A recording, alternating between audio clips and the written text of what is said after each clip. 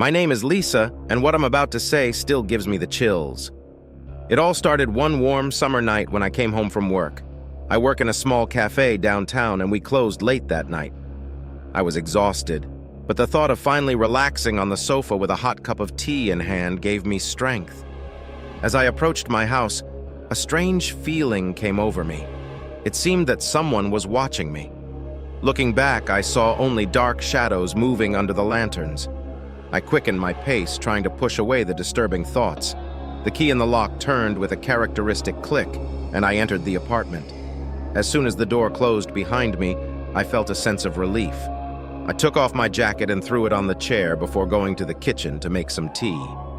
Suddenly, I heard a soft sound like something creaking in another room. The heart began to beat faster. I carefully approached the bedroom door and opened it. It was dark inside, but nothing suspicious was visible. "Lisa, you're just tired," I said to myself and went back to the kitchen. But when I heard that sound again, louder this time, I knew something was wrong. I looked around the room, looking for the source of the sound. My eyes stopped at the window. It was half open, although I definitely remembered closing it before going to work. I went to the window and looked out. The street was empty, but at the same moment, something like a cold breath passed over my skin. I quickly closed the window and locked it. Sitting on the couch with a cup of tea, I tried to calm down, but the feeling that I was being watched did not leave me. The night was quiet, but the silence seemed threatening. That night, I could not sleep.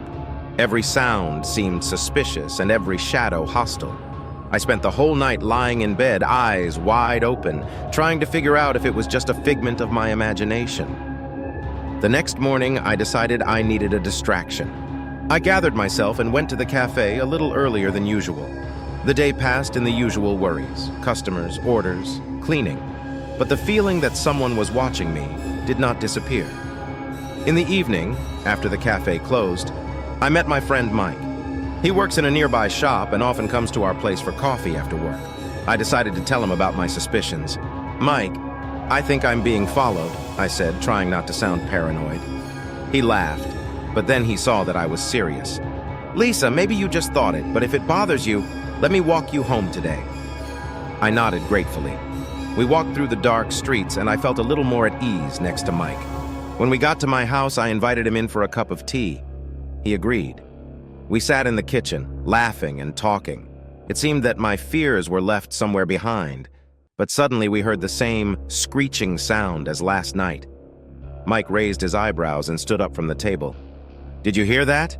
he asked. I nodded, feeling my heart start to race again. We went to the bedroom where the sound came from. Mike carefully opened the door and turned on the light. The room was empty. "But I definitely heard a sound," I said, looking around the room. Mike went to the window and checked the lock. "Everything is closed. Maybe it's just an old building and something is creaking." I sighed and nodded, but at that moment I saw something on the floor near the window. It was a small piece of paper. I picked it up and unfolded it. On the paper was written, "I know where you live." Mike took the paper from my hand and read it. "It's not funny anymore. You need to call the police." I agreed, although I still could not believe that all this was happening to me. Mike stayed the night so I wouldn't be alone. We called the police and they promised to come the next day. The next morning I woke up to someone knocking on the door. They were policemen. They inspected the apartment and took a piece of paper as evidence. They asked me if I had any enemies or anyone who might wish me harm. But I couldn't remember anyone. The policemen said they would keep me posted and left. Mike stayed with me a little longer, but then he had to go to work. I was left alone in an empty apartment, feeling defenseless and scared. It seemed to me that this was only the beginning of something terrible. I could not even imagine how true my fears were. After Mike left, I tried to occupy myself with household chores to keep my mind off what had happened. But every creak of the floor, every sound outside the window made me shudder. I began to doubt that I would be able to stay alone in this apartment. In the evening, I decided to go for a walk to relax a little. I went outside and started walking without a specific route. In the end, I ended up in a park not far from my house. The park was almost empty, and I enjoyed the silence and fresh air. Suddenly, I felt that someone was following me. Looking back, I saw a man in dark clothes who was keeping a distance but was clearly following me. My heart pounded and I quickened my pace. The man also started to walk faster. I decided not to risk it and ran to the exit of the park. When I almost reached the street, the man caught up with me and grabbed my hand. "You lost something," he said, handing me my wallet. I felt relieved and embarrassed at the same time. "Oh, thanks," I said, taking my wallet. "I didn't even notice I lost it." "Don't worry," the man replied. "Just be more careful next time." I nodded and hurried home. Although the man was friendly, my nerves were on edge. At home, I decided it was time to do something more radical. I called my brother Jay, who lived in another city, and asked him to come stay with me for a few days. Jay was my closest relative, and I knew I would feel safer with him. "Lisa, what happened?" he asked, hearing my alarmed voice. I told him everything that had happened in the last few days. Jay immediately agreed to come and said he would be with me the next morning. When I finished the conversation, I heard a soft sound in the corridor again. I slowly walked to the door and saw that the front door was slightly ajar. It was impossible because I always locked them. I froze in place, realizing that someone could have entered the apartment. Armed with a kitchen knife, I carefully went around all the rooms but found no one. The door was intact, but this fact did not reassure me. The next morning, Jay arrived and, seeing me in this state, took control of the situation. He installed a new lock on the door and suggested installing an alarm.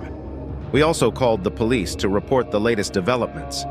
The police promised that they would increase patrols in our area, but I still felt unsafe. Jay stayed with me for a few days, and it took some of the tension away. But when he left, the fear returned. I didn't know what to expect next, and every day became a test for me. And it was then that I began to notice that someone was systematically rummaging through my things, leaving marks that might not have been visible to anyone else, but not to me. My life turned into a series of anxious days and sleepless nights. I began to notice that some things in the apartment were out of place. At first, these were small things. The books that I definitely remembered putting on the shelf ended up on the table. Kitchen appliances appeared in unexpected places. But over time, everything became much worse. One day when I came home from work, I found my phone in the kitchen, although I must have left it on the bedside table in the bedroom. It seemed like a small thing, but I had an unpleasant feeling that someone was in my apartment. I checked all the locks and windows, but found no signs of a break-in. The next day, I noticed that some of my personal belongings were missing. These were old letters, photo cards, and even some jewelry. I called the police and reported it. They checked the apartment again, but found nothing. I started to feel like I was losing my mind. One night, I decided to leave the camera in my bedroom to see if anything strange happened while I was away. The camera was hidden inconspicuously on the shelf, and I was sure that no one would notice it. When I got home and watched the recording, my heart stopped. The video showed someone wearing a mask carefully entering my bedroom, rummaging through my things and then disappearing from the frame. This someone moved so quietly that no sound was heard. I immediately called Mike and told him what I had seen. He came right away and watched the video with me. His face became more and more serious with every second he watched. "Lisa, this is no joke. This someone clearly knows how to stay hidden. We need to take serious action," he said. Mike advised me to move in with him for a while until we could sort out the situation. I agreed, although I did not want to leave my apartment, but the fear for his life won. We packed my essentials and drove to Mike's. His apartment seemed like a fortress compared to mine. He made sure I felt safe and even installed extra locks and cameras. We spent several days watching videos from my apartment and discussing possible actions. Police continued to investigate, but there were no new leads. My life became like a nightmare from which I could not wake up. But one evening, we got a new record. The video showed the same masked man again. He entered the bedroom, but this time he did something strange. He approached the camera, took off his mask, and looking directly into the lens said, "I see you, Lisa, and soon we will see each other in person." My heart stopped. It wasn't just a random burglar. This person knew my name and wanted me to know that he knew me. Mike immediately called the police and they arrived within minutes. But again, they found no trace of the man. They reviewed the tape and began to organize protection for me. But I no longer felt safe even in Mike's apartment. We spent the next few days in constant anticipation of something terrible. I didn't know what would happen next, but I knew it was just the beginning. That man was somewhere nearby, and he wasn't going to stop. Mike and I began seriously preparing for a possible attack. He installed additional cameras and an alarm system in his apartment. The police promised to make frequent patrols in our neighborhood, but I still couldn't shake the feeling that danger was closer than it seemed. One evening, as we sat in Mike's living room discussing our plans for the future, I suddenly felt a chill run down my spine. I looked around but didn't see anything unusual. However, this feeling did not disappear. "Mike, can you feel it?" I asked, trying to understand if it was just my imagination. He looked at me with concern. "What exactly?" "It's like someone's watching us." "I can't shake the feeling," I replied, wrapping my arms around myself as if that would protect me.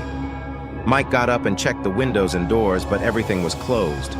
He walked over to the camera and checked the live image, but saw nothing suspicious. "Lisa, everything is fine. We are under surveillance and the police will be here soon," he reassured me, although he looked worried himself. We decided to leave the cameras on for the night and went to bed trying to get some rest. But in the middle of the night, I woke up from a strange sound. It sounded like a soft rustling, like someone crawling in the dark. I carefully got out of bed and approached the bedroom door. Mike also woke up and came to me. "What happened?" he asked in a whisper. "I heard a sound," I replied, pointing to the door. We carefully opened them and went out into the corridor. The sound was getting louder and we went to the kitchen. When we turned on the light, we saw that the locker doors were open and everything was scattered on the floor. But the worst thing was that someone left an inscription on the wall. "You will not hide from me." Mike immediately called the police and they arrived within minutes. They examined the apartment but again found no trace of the burglar. They reviewed the video from the cameras but did not see anything suspicious. It seemed impossible. The police advised us to leave the apartment for a while and move to another place. Mike called his brother, who lived in another city, and he agreed to host us for a few days. We packed things and went to him. The road was long and exhausting, but I felt that the further we moved away from our city, the safer it became for me. We arrived at Mike's brother Jack's place, and he welcomed us with open arms. "Mike, Lisa, don't worry. You'll be safe here," he said as he helped us carry our things into the house. Jack lived in a cozy cottage on the outskirts of town. His house was equipped with a modern security system, and he assured us that no one could break into it without his knowledge. We spent a few days at Jack's house trying to regain composure and find a solution to our problem. But one evening, when we were sitting on the veranda and talking, I suddenly saw something strange. At the edge of the forest near the house, I saw a shadow. She moved slowly, as if watching us. "Mike, look," I whispered, pointing to the woods. He looked away and turned pale. "That's impossible. How did he find us?" Jack also saw the shadow and stood up, taking the phone from the table. "We're calling the police," he said, dialing the number. The police arrived quickly and searched the surrounding area, but again found nothing. I felt that this was no longer just a random burglar. It was someone who knew us, who was playing some horrible game with us. The next morning, we decided it was dangerous to stay in one place. We packed up and left for a new place, but I knew that this story was far from over. We decided to leave Jack's house and move to another place that would remain a secret from everyone. Our friends offered us temporary accommodation in a small cottage a few miles from the nearest town. It was the perfect place to hide and think about the next steps. On the way, I couldn't get rid of thoughts about how this stranger was finding us. He clearly knew more about us than we knew about him, and that was even more frightening. Mike was by my side and his support kept me in check. We arrived at the cottage and found it to be a cozy place surrounded by dense forests. The absence of neighbors and the difficult accessibility of the place inspired hope that we would be safe here. We settled down and began to think about how to proceed. That evening, while we were sitting in the kitchen, I got a message on my phone. It was from an unknown number, but the content was terrible. "I know where you are." I showed the message to Mike, and he squeezed my hand. "Don't worry, we'll deal with it. The police are already dealing with this," he said, but I could see the worry in his eyes. We decided not to inform the police about this message, but to try to find out something ourselves. Mike began gathering information on all the cases that could help us figure out who was behind this. We have also installed additional cameras and an alarm system in the cottage to ensure safety. One evening, as we sat by the fireplace and watched the camera footage, we noticed something strange. One of the videos showed a shadow appearing in the forest. She moved closer to the cottage, but then disappeared from the camera's view. We turned pale, realizing that he had found us again. "Mike, what are we going to do?" I asked, feeling my heart pounding in my chest. "We can't hide forever. We need to find him and stop him," he replied, sounding determined. The next morning, we decided that Mike would stay at the cottage, and I would go into town to find out more about the person who was following us. I contacted my friend, Detective John, and asked him for help. He agreed to meet me at a cafe where we could discuss all the details. John was an experienced detective and knew how to act in such situations. I told him everything that happened and showed him the footage from the cameras. He was shocked, but quickly pulled himself together. "Lisa, I'll do everything I can to find this man, but you have to be careful. He obviously knows you're looking for him," John said, looking me straight in the eye.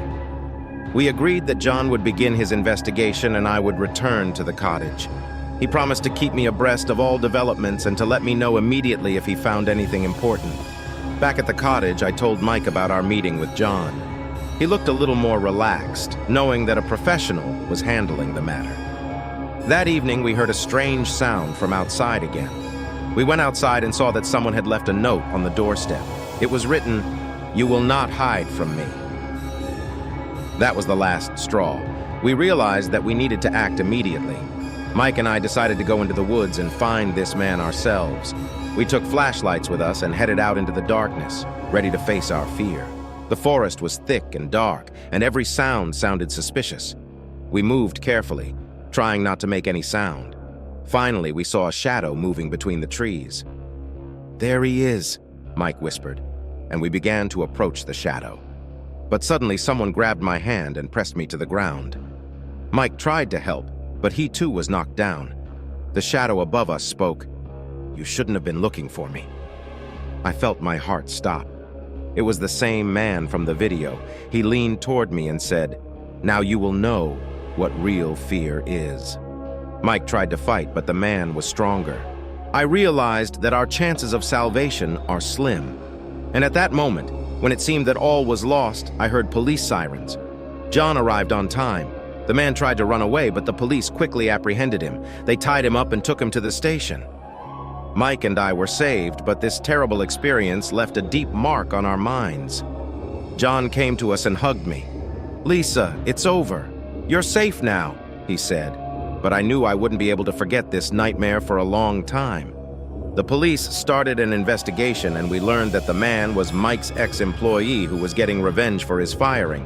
His mental state was unstable, and he decided to scare us to death. We spent the next few weeks trying to get back to normal.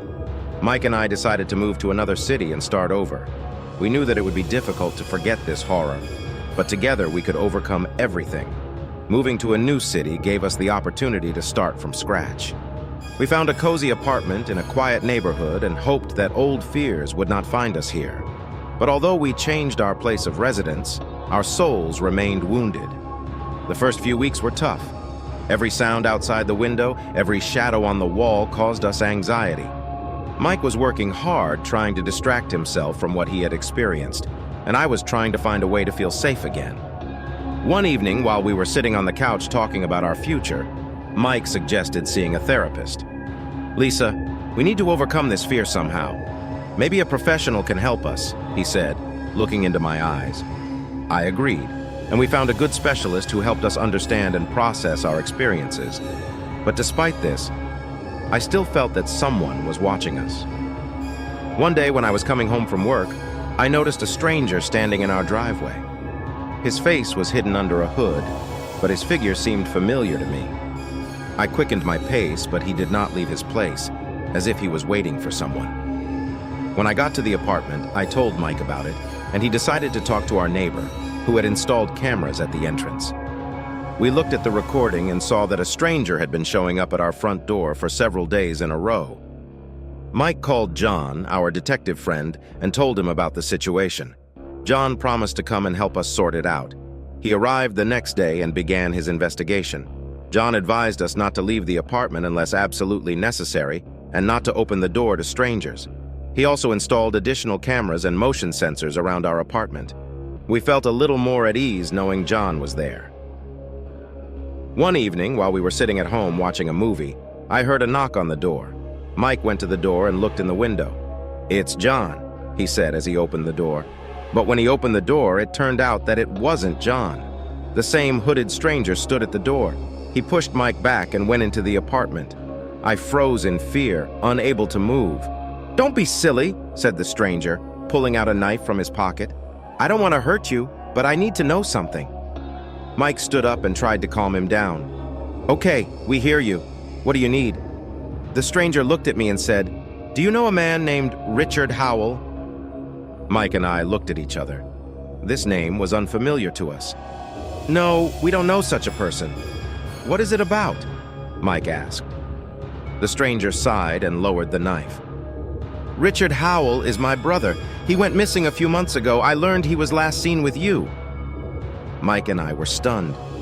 "We don't know your brother, but if you think we can help, we're willing to do whatever we can," I said, trying to understand what was going on. The stranger explained that his brother was a journalist and investigated a series of strange disappearances. He followed the trail of the man who was chasing us, and it led him to our town. He believed that Richard had found something important, but then he disappeared. We decided to help a stranger because it could shed light on our own problems. John also joined us in the investigation. We began gathering information about Richard Howell and his investigation. A few days later, we found Richard's notes that he had left in his office. They contained detailed information about missing persons and a possible suspect. But the scariest part was that we found a photo of our stalker. Now we knew who was behind it all and decided to act immediately. We devised a plan to catch him and hand him over to the police, but as we prepared for it, I couldn't shake the feeling that this nightmare wasn't over yet. The feeling of fear and the unknown haunted us every minute. We began to act cautiously so as not to arouse the suspicion of our pursuer. Our team consisted of myself, Mike, John, and a stranger we now knew as Alex, Richard Howell's brother. We devised a plan to trap him using the information Richard had gathered. John suggested that we leave the apartment for a few days and hole up in a motel to give our pursuer the feeling that we had given up the fight. We agreed to this, but left hidden cameras and sensors in the apartment to monitor every movement. We spent a lot of time at the motel discussing our actions and trying to find new tracks. One evening, John received a call from a colleague who said that movement had been detected in our apartment. "Heads over there," John said, looking at us. "Time to act." We quickly got together and went to our apartment. John alerted the police and they were ready to come to help at any moment. When we arrived at the place, we saw that the door of our apartment was open. We entered cautiously, keeping our phones and flashlights at the ready. The living room was dark, but we could hear someone moving in the other room. John motioned for us to be quiet and went to the bedroom door. He opened them with a sharp movement, and we saw our pursuer rummaging through our belongings. "Stand! Police!" John shouted, pointing the flashlight at him. The man froze and raised his hands, but there was a strange smile on his face. "You think it's all that simple?" he said, slowly lowering his hands. Suddenly, he pulled something out of his pocket and threw it in our direction. It was a small device that emitted blinding light and smoke. We were trapped, unable to see anything around us. When the smoke cleared, we saw that the man had disappeared. John rushed to the window and saw his shadow disappearing into the darkness. "He got away, but we'll catch him," John said, calling for help. We knew he wouldn't go far. John and a few police officers gave chase while Mike and I stayed in the apartment to think about our next course of action. Alex sat next to him, holding his head in his hands. "I thought we could stop him," he said with a stifled sigh. Mike put his arms around me and whispered, "We're going to do whatever it takes to put an end to this. We're stronger together." A few hours later, John returned. "We found his hiding place," he said. "He's hiding in an abandoned warehouse on the outskirts of town. We're going there immediately." We went with the police to the warehouse. It was dark and cold, and every step echoed in the empty room. We divided into groups and began to search the warehouse. Suddenly, I heard a scream and saw one of the policemen fall to the floor. He was hit from behind. I was scared, but I couldn't allow myself to panic. Mike and John and I continued to push forward. We found him on the second floor of the warehouse. He was standing with his back to us, holding a knife. "This is the end," John said, pointing the gun at him. The man turned and looked at us. "You don't understand that I don't do this for nothing. There are things you better not know," he said, and suddenly rushed at us. John fired and the man fell to the floor. The police quickly ran to him, but he did not move. We stood looking at him and felt mixed emotions, relief and horror. The next day, we learned that this man was involved in a series of disappearances and murders that Richard was investigating. His mental state was unstable, and he believed that in this way he was saving people from a greater threat. The investigation continued, but we knew that now we could start living again without fear. Mike and I decided to stay in our new city and build our lives from scratch. We were grateful to John and Alex for helping us through this nightmare. Although we will never forget those terrible days, we knew that together we could overcome any difficulties. Life goes on, and we were ready to meet it with new hopes and dreams. A few months passed and life began to return to normal. I started working again and Mike got a new job too. We tried to restore our relationship and forget about what happened. But sometimes fear and anxiety still visited us, reminding us of what we had experienced. One morning, while I was having breakfast and watching the news, I became interested in an article about a series of unsolved disappearances in a neighboring state. The article mentioned the name of Richard Howell and his investigation. I felt a chill run down my spine. Mike also noticed the article and approached me. "You should read this," I said, showing him the screen. Mike read the article and frowned. "Maybe it's just a coincidence, but we can't ignore it. John should know about it." We called John and told him about the find. He agreed to meet with us to discuss possible connections between these disappearances and Richard's case. We met in a cafe where we had previously discussed our investigation. John was worried but focused. "This could be an important clue," he said, looking over the paper. "We need to contact the detectives from that state and find out more." A few days later, John informed us that the detectives had agreed to cooperate and sent us copies of the investigation materials. We began to study the documents and look for possible connections. And the more we dug into this matter, the more questions appeared. One evening, while Mike and I were sitting in our apartment, I received an email from an anonymous sender. There was only one sentence in it: "You don't know everything." A file with documents was attached to the letter. Mike and I opened the file and saw some photos and notes. One of the photos showed a man hiding behind a mask. The notes mentioned the names of people who had disappeared and the places where they were last seen. "It looks like a lot more than we thought," Mike said as he looked through the documents.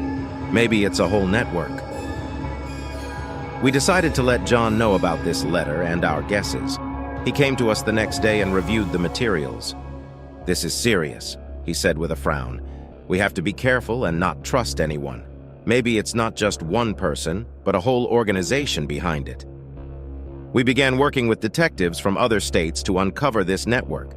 The investigation lasted several months, and each new trail led us to new mysteries. We discovered that many of the missing people were involved in the investigation of corruption and criminal activity in various fields. One day, when we found an important piece of evidence that could shed light on the whole case, someone tried to intimidate us again. We received a note threatening that this time there would be no second chance, but we decided not to give up. John arranged a meeting with a journalist who was willing to tell our story. We knew the truth could be dangerous, but it was the only way we could stop this web and save others. The publication of the article caused a great resonance. The police and the FBI sprung into action, and we felt that justice was finally being served. But the threat still remained. One evening, when we were returning home, I felt that someone was following us. We quickened our pace, but the shadow behind us did not disappear. Suddenly, someone grabbed me by the shoulder and pressed me against the wall. It was the masked man we saw in the photo. "You made a big mistake by going public with all this," he said, looking me straight in the eye. "Now you will reap the consequences." Mike tried to intervene, but the man was stronger. He punched Mike and knocked him to the ground. I could feel the fear paralyzing me, but I couldn't allow myself to give up. I pushed my husband away with all my might and rushed to Mike. That evening, we realized that the threat had not yet passed, but we also knew we had to keep fighting. The truth was on our side, and we could not back down. We knew it was time to end this story once and for all. After the attack on us, Mike and John and I joined forces to gather enough evidence to find the leader of this criminal network. We spent the last few days in a thorough analysis of all the documents and materials we received. Finally, we discovered that all threads lead to one person, an influential businessman who was involved in corruption and human trafficking. We gathered all the information and passed it on to the police and the FBI. They organized a special operation to arrest him and everyone involved in this network. Mike and John and I traveled with them to witness the final stage. The special operation was successful. The businessman and his accomplices were detained. Finally, the truth came out and all their crimes became public knowledge. After that, we felt we could finally breathe a sigh of relief. The criminal network was destroyed and we could return to normal life. Mike and I decided to move to another city, away from all these terrible events, and start a new chapter in our lives. John remained our friend and kept in touch. This story taught us that even in the darkest times, one cannot lose hope and faith in justice. We went through a lot of fear and pain, but in the end, we came out victorious. And now we knew that together we can overcome any difficulties.